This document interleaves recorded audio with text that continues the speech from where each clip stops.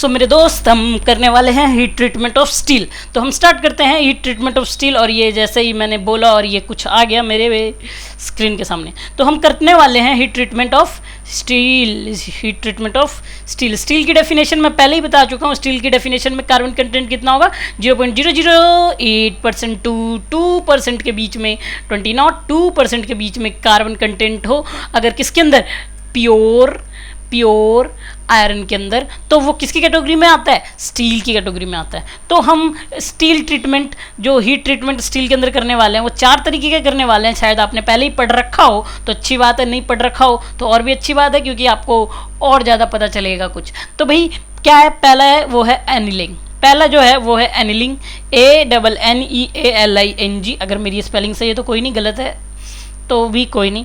दूसरा है नॉर्मलाइजिंग, तीसरा है हमारा हार्डनिंग, और चौथा है हमारा सरफेस हार्डनिंग। सरफेस हार्डनिंग जिसे हम केस हार्डनिंग भी बोल सकते हैं। जो पहले दो हैं वो होता है मीडियम कार्बन स्टील के लिए, मीडियम कार्बन स्टील, समझ जाना मेरे दोस्त। और उसके बाद जो ये हार्डनिंग वाला है, ये पहले दो, ये दो, मैं कलर चेंज कर लूँ नहीं तो आप बोलेंगे क्या है ये रेड कलर और 2 ही कलर है आपके पास, आप बोलेंगे। जो ये हार्डनिंग वाला है वो होता है हाई कार्बन स्टील के लिए मेरे दोस्त, हाई कार्बन स्टील के लिए। और कुछ और है जो सरफेस हार्डनिंग है, उसके अंदर आता है सरफेस हार्डनिंग, सरफेस लिखी दूँ यार, सरफेस हार्डनिंग, उसके अंदर आता है कार्बोराइजिंग, और आता है नाइट्राइडिंग, और आता है साइनाइडिंग, और क्या आता है इंडक्शन हार्डनिंग, और क्या आता है इंडक्शन, पूरा तो लिख दूँ उसके बाद ही बताऊंगा ना मैं, इंडक्शन हार्डनिंग, और क्या आता है फ्लेम हार्डनिंग। कुछ का तो नाम से ही आपको पता चल रहा होगा क्या क्या होता है, लेकिन हम स्टार्टिंग से लेंगे क्या क्या होता है। तो पहले हम बात करते हैं एनिलिंग की। देखो यार, एनिलिंग होता क्या है, एनिलिंग में हम करते क्या है, तो हम बात करते हैं मेरे दोस्त एनिलिंग से। देखो एनिलिंग में करते हैं, जो स्टील होता है, ये मान लो स्टील का टुकड़ा है, क्या है, स्टील का पीस है मेरे पास। जो स्टील है इसको हम पूरा हीट करते हैं, कंप्लीटली हीट करते हैं। कहाँ तक, ऑस्टेनाइटिक रेंज तक। ऑस्टेनाइटिक रेंज, जिसका मतलब ऑस्टेनाइटिक रेंज जिस रेंज में एग्जिस्ट करता है ना, कहाँ मतलब 910 ऊपर, मान लो 727 से ऊपर ऑस्टेनाइट बन रहा था ना, तो ऑस्टेनाइटिक रेंज में करते हैं, उससे ऑस्टेनाइटिक रेंज तक ले जाएंगे, और उससे हम 50 से 100 डिग्री ऊपर ले जाते हैं, ठीक है ना। और फिर इतना रेंज पे हीट करने के बाद हम इसे 30 से लेके 60 मिनट तक इसी टेम्परेचर पे रखते हैं, ठीक है ना। क्यों रखते हैं भाई, ताकि यूनिफॉर्म ऑस्टेनाइजेशन हो जाए। किसका, स्टील का। स्टील पूरी अंदर से घुट के अच्छे तरीके से किस में कन्वर्ट हो जाए, ऑस्टेनाइट में कन्वर्ट हो जाए। तो यहां से क्या हुआ, ऑस्टेनाइजेशन हो गया भाई मेरे, ऑस्टेनाइजेशन हो गया। किसका, ऑस्टेनाइजेशन हो गया, मेरे पूरे मटेरियल का ऑस्टेनाइजेशन हो गया।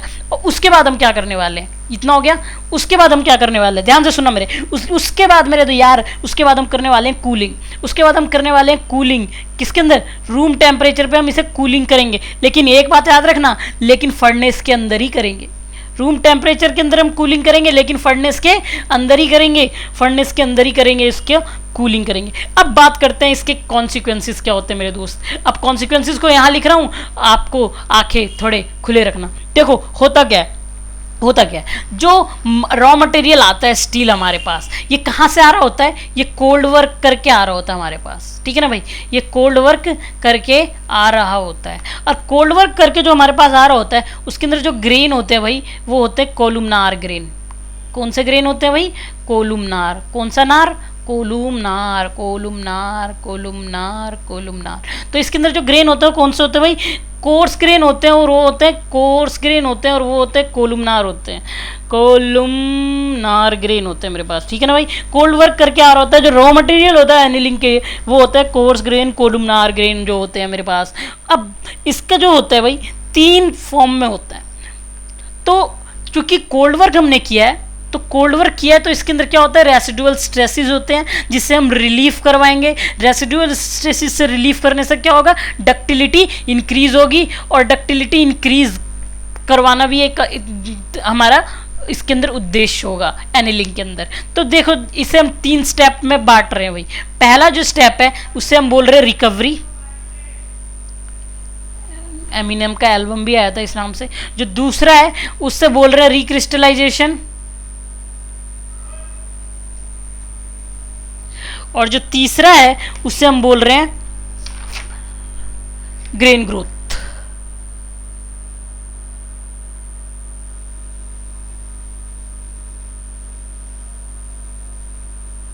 ठीक है ना भाई। तो पहले बात करते हैं रिकवरी का, है ना। तो रिकवरी का क्या हुआ जी, रिकवरी में क्या होने वाला है, देखो रिकवरी में क्या होगा, रेसिडुअल स्ट्रेसेस जो होंगे उससे हम पूरे अच्छे तरीके से फिनॉल डाल के साफ कर देंगे।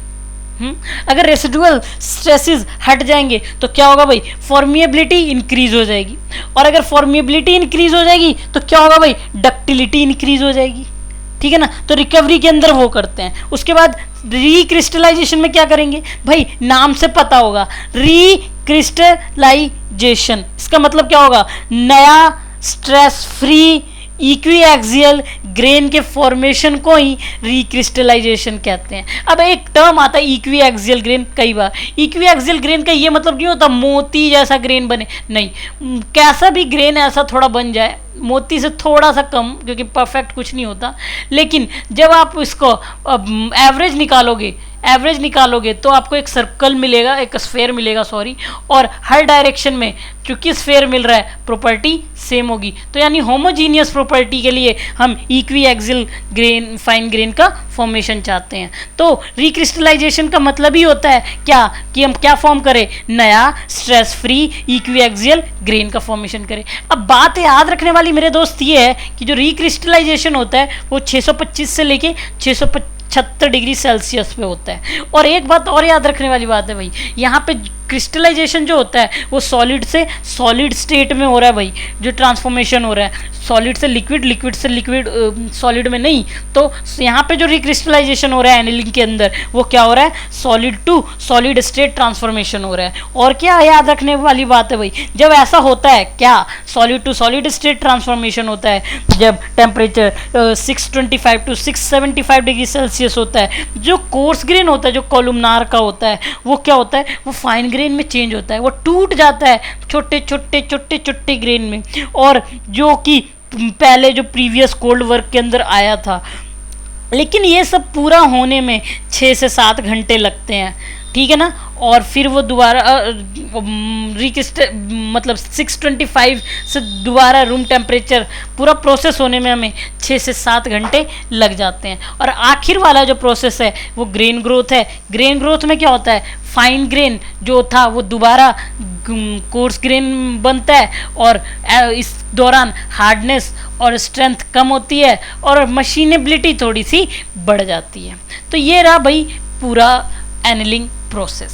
समझ आ गया, क्लियर बात, आगे चले। Okay, very good. अब थोड़ा इंडस्ट्रियल एप्लीकेशन देख ले एनिलिंग का, जो मेन बात है जिस पे हमें बात करनी थी, जिस पे मैंने ये पूरी सभा बुलाई थी। और एनिलिंग पे ही हम खत्म करेंगे एनिलिंग। अब थोड़े एनिलिंग के टाइप्स देख लेते हैं। तो पहला जो टाइप है एनिलिंग का मेरे दोस्त वो है फुल एनिलिंग। फुल एनिलिंग क्या होता है, ये फुल एनिलिंग फुल एनिलिंग जो अब भी पढ़ा हमने वही फुल एनिलिंग था। फुल एनिलिंग में तीनों प्रोसेस आते हैं। क्या आता है, रिकवरी, रिक्रिस्टलाइजेशन और ग्रेन ग्रोथ। अब आता है दूसरा जो एनिलिंग का फॉर्म आता है वो stress free annealing, relief annealing, stress free annealing बोल रहा हूँ मैं, स्ट्रेस रिलीफ एनिलिंग। यार ये मेरे मुंह को क्या हो रहा है, देखो स्ट्रेस रिलीफ एनिलिंग क्या होता है भाई, स्ट्रेस रिलीफ एनिलिंग। देखो भाई इंडस्ट्री के अंदर ऐसा नहीं है कि हर चीज करना जरूरी है। इंडस्ट्री के अंदर ऑस्टेनेटिक रेंज में जाना जरूरी नहीं है। ऑस्टेनेटिक रेंज में जाके अगर मेरे को केवल स्ट्रेस फ्री चाहिए तो मैं क्या करूँगा, 550 से लेके 560-70 डिग्री सेल्सियस पे रखूँगा और वहीं पे होल्ड करूँगा तो सारा स्ट्रेस दूर हो जाएगा, है ना। तो अगर मैं क्या करूँ, बिलो A1 लाइन रखूँ, यानी कुछ ऐसा रखूं कर्व कुछ ऐसा बनेगा, है ना। यानी जो टेम्परेचर है वो 560 से 70 के बीच में है, तो और इस पे होल्ड करूं तो मेरे को जो एनिलिंग होगी वो क्या होगी, स्ट्रेस फ्री एनिलिंग होगी। तो फालतू का पूरा खर्चा क्यों करूं मैं, इस ऑस्टेनाइटिक रेंज पे ले जाऊं फिर वो सारा धंधा करूं, मेरे को केवल स्ट्रेस फ्री एनिलिंग चाहिए। तो यहाँ से मेरे को स्ट्रेस फ्री एनिलिंग मिलेगी और इसी प्रोसेस को क्या बोलते हैं, स्ट्रेस फ्री एनिलिंग बोलते हैं। इसके अंदर मेरे को कौन से ग्रेन मिलने वाले हैं मेरे दोस्त, बताया था मैंने पीछे, इसके अंदर मेरे को मिलने वाले इक्वी एक्सियल ग्रेन, जिसको अगर मैं एवरेज साइज लूं तो कैसा आएगा, सेम आएगा हर डायरेक्शन में। यानी एक प्रकार का मेरे को कैसा मिल गया, स्फेरिकल ग्रेन मिल गया, तो यूनिफॉर्मिटी ऑफ प्रॉपर्टी मिलेगी। अब जो तीसरी एनिलिंग के बारे में मैं बात करने वाला हूं मेरे दोस्त, उसका प्रोसेस एनिलिंग करने वाले हैं, उसे मैं क्या कहने वाला हूँ, प्रोसेस एनिलिंग कहने वाला हूँ मैं। प्रोसेस एनिलिंग क्या होता है भाई, प्रोसेस एनिलिंग जो होता है वो हम पहली बात क्या करते हैं, इसके अंदर हम स्ट्रेसिस को रिलीव करते हैं, स्ट्रेसिस को रिलीव करते हैं। जो प्रोसेस एनिलिंग होता है वो मेनली वायर ड्राइंग में यूज़ होता है मेरे दोस्त। अगर आप वायर ड्राइंग पढ़ेंगे तो ये शब्द आएगा, ये वायर ड्राइंग में यूज़ होता है। Process annealing cold work involve होता है और डक्टिलिटी, क्योंकि वायर ड्राइंग में कोल्ड वर्क इन्वॉल्व होता है तो डक्टिलिटी डिक्रीज हो जाती है, डक्टिलिटी डिक्रीज हो जाती है। तो डक्टिलिटी को रीस्टोर करने के लिए जो हम एनिलिंग करते हैं उसे प्रोसेस एनिलिंग कहते हैं in the case of wire drawing. तो वायर ड्राइंग में हम क्या कर रहे हैं भाई, स्ट्रेस को रिलीफ कर रहे हैं और to gain ductility for drawing wire हम जो एनिलिंग कर रहे हैं उसे प्रोसेस एनिलिंग कहते हैं। अब एक और आता है एनिलिंग, उसे बोलते हैं, आगे चलते हैं, उसे बोलते हैं, यार बस इतना ही पढ़ना है, आगे चलते हैं, उसे बोलते हैं स्फेरोडाइजेशन, स्फेरोडाइजेशन, स्फेरोडाइजेशन एनिलिंग। तो भाई इस एनिलिंग में क्या है, मैं पेन चेंज करूं क्या, you tell me, pen change करूं क्या, देखो यहाँ ध्यान से, स्फेरोडाइजेशन एनिलिंग ये काम की बात क्या है, क्योंकि मैं बस काम की बात ही बोलता हूँ मेरे भाई, ये हाई कार्बन स्टील में होता है केवल, क्या हाई कार्बन स्टील में होता है क्या, जैसे कि सीमेंटाइट, बोलो सीमेंटाइट क्या होता है, हार्ड और ब्रिटल होता है। जो हार्डर ब्रिटल होता है, क्योंकि ये हार्ड और ब्रिटल होता है तो ये क्या होता है, निडल फॉर्म में होता है। क्योंकि ये निडल फॉर्म में होता है तो मशीनेबिलिटी क्या होगी, बहुत पुअर होगी। तो हम क्या करते हैं, स्फेरोडाइजेशन एनिलिंग करते हैं। तो स्फेरोडाइजेशन एनिलिंग में क्या होता है, हम हीट करते हैं मटेरियल को A1 लाइन से अबव, हम हीट करते हैं मटेरियल को A1 लाइन से अबव। अब जब हम A1 लाइन से अबव करते हैं तो क्या होता है, कुछ चेंज होता है। सीमेंटाइट का जो स्ट्रक्चर होता है, सीमेंटाइट का जो स्ट्रक्चर होता है वो ऑर्थोरोम्बिक होता है, ऑर्थोरोम्बिक होता है, वो गेट कन्वर्टेड इनटू ऑस्टेनाइट जब A1 लाइन से अबव करेंगे, जो कि FCC होता है।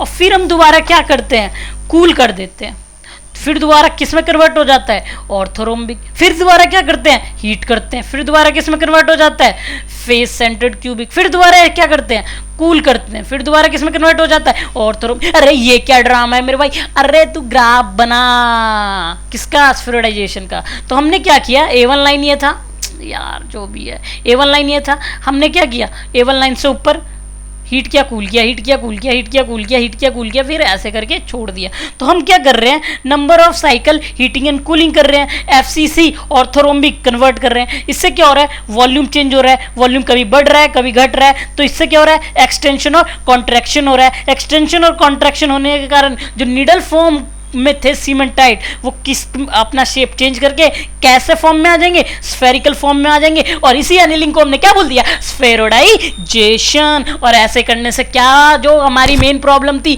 मशीनेबिलिटी की, वो इंप्रूव हो गई।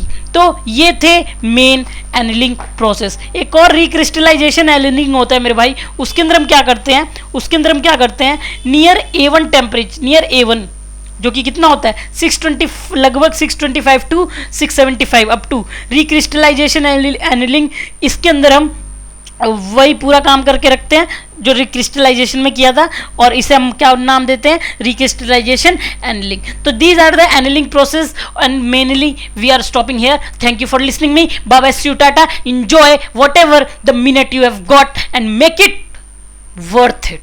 Thank you.